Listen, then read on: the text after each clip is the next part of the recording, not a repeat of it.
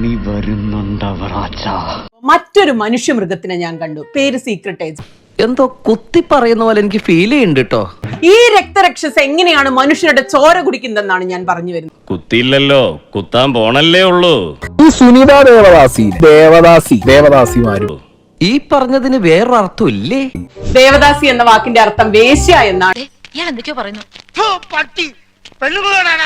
സ്വയം വിളിക്കുന്നത് social media influencer. പണി മറ്റുള്ള മനുഷ്യരുടെ ജീവിതത്തിലേക്ക് ഒളിച്ചു നോട്ടം. പണിയെടുത്ത് തിന്നണമെന്നൊക്കെ ആഗ്രഹമുണ്ട് സാറേ, പക്ഷെ പറഞ്ഞു പറ്റിച്ച് തിന്നാലേ വായിന്നിറങ്ങുള്ളൂ.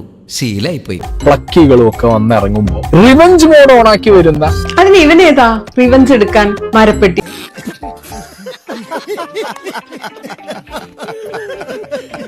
ഒരു കണ്ടന്റ് ക്രിയേറ്ററുടെ ഭാര്യ വേറൊരാൾക്കൊപ്പം ഒളിച്ചോടിപ്പോയി.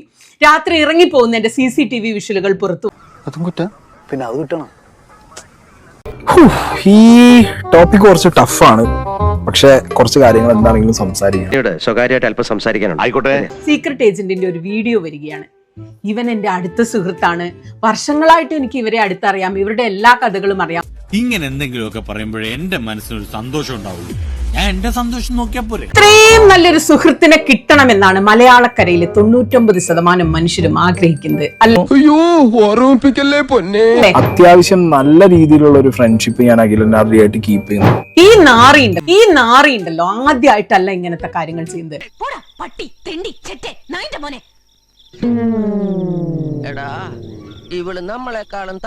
വളരെ മുമ്പ് എന്തോ ഇൻഫ്ലുവൻസർമാരുടെ ഒരു കടലാസ് സംഘടന ഉണ്ടാക്കി എല്ലാവരുടെയും ഫോൺ നമ്പർ ഒക്കെ വാങ്ങി ബന്ധം സ്ഥാപിച്ചിരുന്നല്ലോ ഇവൻ ഇൻഫ്ലുവൻസർമാരുമായി. അതൊക്കെ ഗോപാലകൃഷ്ണൻ ഒരു നമ്പറല്ലേ? ഇത് എന്റെ ഒരു നമ്പറാ. അതിനുശേഷം കണ്ടന്റ് ക്രിയേറ്റർമാർക്ക് എന്ത് പ്രശ്നം വന്നാലും അത് എത്ര വ്യക്തിപരമാണെങ്കിലും ഈ മനുഷ്യമൃഗം അവരെ വിളിക്കും. വ്യക്തിബന്ധം എന്ന് സ്ഥാപിച്ച് ഫുൾ വിവരങ്ങൾ ചോർത്തിയെടുക്കും.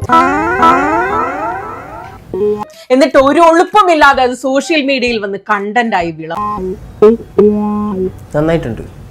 നിന്നോടൊന്നും പറഞ്ഞിട്ട് കാര്യമില്ല. നോ ഇൻഫർമേഷൻ, വിവരമില്ല.